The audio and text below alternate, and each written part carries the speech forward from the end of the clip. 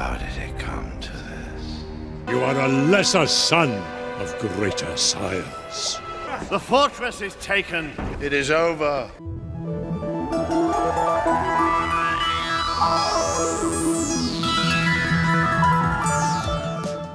Théoden, King of Rohan. He goes from a broken man in the midst of death, completely under the spell of Grima Wormtongue and Saruman, to reclaiming his honour and leading the charge to defend Middle-earth. He's one of Lord of the Rings' most underrated characters, and in this video I want to discuss his character arc and why I love his character so much. So in my last Lord of the Rings video I talked about Aragorn. Théoden has a different journey. While Aragorn starts off as a wanderer and a fighter who has to become king, Théoden has almost the complete opposite journey. We don't even see him until the second film in, and he starts off as an old man, sat in the shadows, barely able to move or speak. His crooked advisor, Grima Wormtongue, whispers in his ear, and has the king completely under his thumb. Played masterfully by the late Bernard Hill, Théoden is a character full of self-doubt, even though he's the king of Rohan. He was the only son of Thengel, and ruled for almost 40 years before the War of the Ring. Much of his early life was surrounded by death. His sister and brother-in-law died, leaving his niece and nephew, Éowyn and Éomer, in his care. His wife died in childbirth, leaving him with only one son at the start of the Two Towers. But even he is mortally wounded off-screen, so he isn't off to a great start. Our introduction to the characters of Rohan starts with Théoden's nephew Éomer, who's searching for Théoden's son on the battlefield. He is soon discovered barely alive, and is taken to the King's Hall at Edoras. There is a slight difference between the books and the films. In the films, Théoden has been possessed by Saruman, but in the books it's not so mystical. Wormtongue poisons Théoden's mind by exacerbating his fears and putting doubts in his mind. I actually like both ways. One is obviously more visual for the film, but the way in the books is more real, which was quite surprising actually when I read it. Éowyn tells the king his son is badly wounded, but Théoden barely even responds. He doesn't even seem to hear her. Éomer, on the other hand, warns that Saruman is raising an army in Isengard in order to attack Rohan, but again the king barely seems to know what's going on. Grima Wormtongue, on the other hand, does, as he's secretly in the service of Saruman. He insists that Saruman is an ally of Rohan, and that Éomer is just warmongering and trying to trouble the king. These early scenes of Théoden really show how weak he starts off, and the contrast between him here and at the end are why I love his arc of reclaiming his honour and strength. Éomer shows the king evidence of Saruman's betrayal, in the form of a helmet bearing the white hand of Saruman. He even tries to fight back against Grima, but we soon learn how much sway Grima has in Edoras. Éomer is taken away by the guards and banished from the kingdom. Isengard meanwhile grows in strength. Saruman is building a massive army of Uruk-hai. The king does nothing, and won't even defend his lands when the Westfold is attacked and burned. He is a man of inaction, completely possessed. His son then dies in the night. It seems like hope is lost for Rohan. That is until Gandalf arrives, with Aragorn, Legolas and Gimli. These scenes with Gandalf are some of my favourites from the trilogy. He basically performs an exorcism on Théoden, banishing Saruman's influence from him, and the dialogue is so good. While we might say, I've been feeling a bit depressed lately, Théoden says, "Dark have been my dreams of late."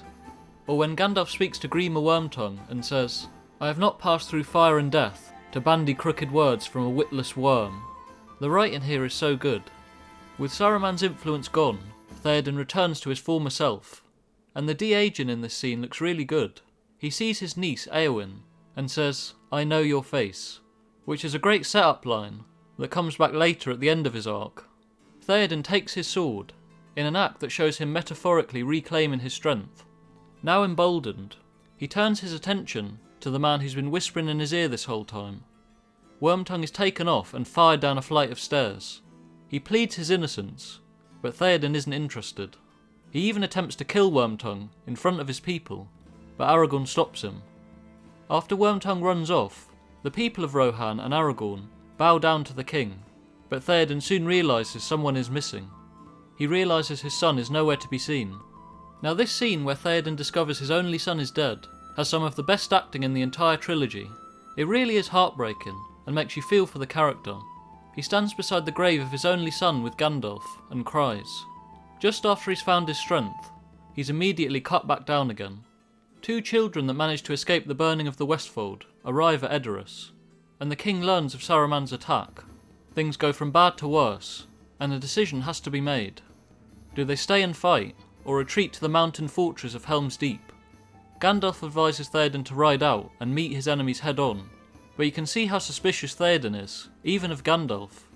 He's full of self-doubt and grief.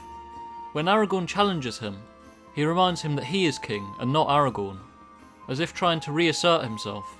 It's like he's trying to reassure himself that he's still king. He says that he will not risk open war, and decides to flee to Helm's Deep, against the wishes of Gandalf. Gandalf fears that Theoden is leading his people into a trap, and goes off to find Éomer and those that were banished from Rohan. As Theoden is about to leave with his people, he insists that this is not a defeat, and that they will return to Edoras, again as if he's trying to convince himself. They are attacked on the road to Helm's Deep. Despite his self-doubt, Theoden shows he has immense bravery throughout the trilogy, even at his lowest. Without hesitation he charges straight into battle to defend his people. When they arrive at Helm's Deep he struggles, trying to inspire his men. He clashes with Aragorn and dislikes his brutal honesty about the situation. He becomes even angrier when Aragorn suggests to him to call for aid, saying the old alliances are dead. A running theme with Theoden is that he wants to be remembered and have a place among his fathers. His self-doubt makes him think he's a lesser man than those that came before him. When he confides his doubts to his advisor, he asks, "Who am I?" And you can really feel the despair in his voice. He recites a poem about the days coming down in the west, asking how did it come to this. The 10,000 Uruk-hai march from Isengard to Helm's Deep, and the battle looms. As the Uruk-hai near, some elves that were sent by Elrond arrive to provide aid. Theoden can barely believe his eyes, especially after he'd been so cynical about the old alliances. The Uruk-hai arrive, the rain starts, and the battle begins. They manage to fend them off for a while, and just as Theoden starts to believe, the walls get blown. I mean, come on, did you really have to tempt fate like that? Saying, is this it? Is this all you can conjure, Saruman? Eventually they have to retreat to the keep, and the Uruk-hai close in. Theoden completely despairs, saying the fortress is taken and that it's over. But Aragorn convinces him to ride out in a last stand. It's interesting that Theoden's first thoughts are riding out to death and glory, and that it's Aragorn that suggests riding out for his people. It's like Theoden can't see them winning under any circumstances, and has completely given up hope. Gandalf arrives with Éomer, and the tide turns. They're able to repel the invading Uruk-hai and claim victory. They then ride to Isengard to confront Saruman, but Saruman is once again able to play on Theoden's doubts and fears. He tells him that victory doesn't belong to him, and that he's a lesser son of greater sires. The self-doubt creeps back in, and back at Edoras he tells Éowyn privately that it wasn't him that led them to victory. However, this is the part of the trilogy where things turn for Theoden decisively. The beacons are lit, and Gondor calls for aid. The fate of Middle-earth hangs in the balance. Gondor didn't come to Rohan's aid, and to ride to Gondor would most likely mean death, but Theoden agrees to help nevertheless. In fact, he only takes a second to make up his mind and ride to war. That's what I love about Theoden. No matter how much he doubts himself, he is still immensely brave and willing to ride out to war. As the battle draws near, we see a change over Theoden. He seems more hopeful. When Aragorn tells him they don't have enough men to break the lines of Mordor, Theoden assures him more will come. When his men start losing hope, he insists they will meet them in battle nonetheless, even though victory is unlikely. He even plans the future of Rohan with Éowyn, in case he doesn't return. The last of his self-doubt begins to slip away as they arrive at Minas Tirith and prepare to charge. This change is perfectly illustrated in the books. The king sits motionless on Shadowmane, his horse, as he gazes upon the besieged Gondor. He seems to shrink down, but then he springs up into action, tall and proud, and delivers a great speech to his men. No longer is he the old man who sat with Wormtongue whispering in his ear. He stands tall and proud, ready to charge into battle, with his men at his command. His speech in the films is again one of the best moments in the trilogy, and it ends with him and his men chanting death. They charge into battle, and cut down the armies of Mordor, but just as he starts to believe they may have some hope, the legions of Haradrim arrive. Again, he only takes a moment to compose himself. Then he launches another charge straight at them. I love Théoden's character so much. He just charged into almost certain death, survives, and then decides to do it again. He's mortally wounded by the Witch King, and lies with his body broken on the battlefield. Before the Witch King is able to devour the king, Éowyn steps in and slays both the beast and the Witch King. As Théoden lies dying, we get the payoff line that was set up earlier. Éowyn goes to his side, and he says, "I know your face," repeating the line he said when Gandalf healed him. It's here that his arc is complete. He's no longer ashamed of his legacy. As he dies, he tells Éowyn he goes to his father's, and she'll no longer feel ashamed to be in their company. He's such a great character, and I feel he's an underrated one.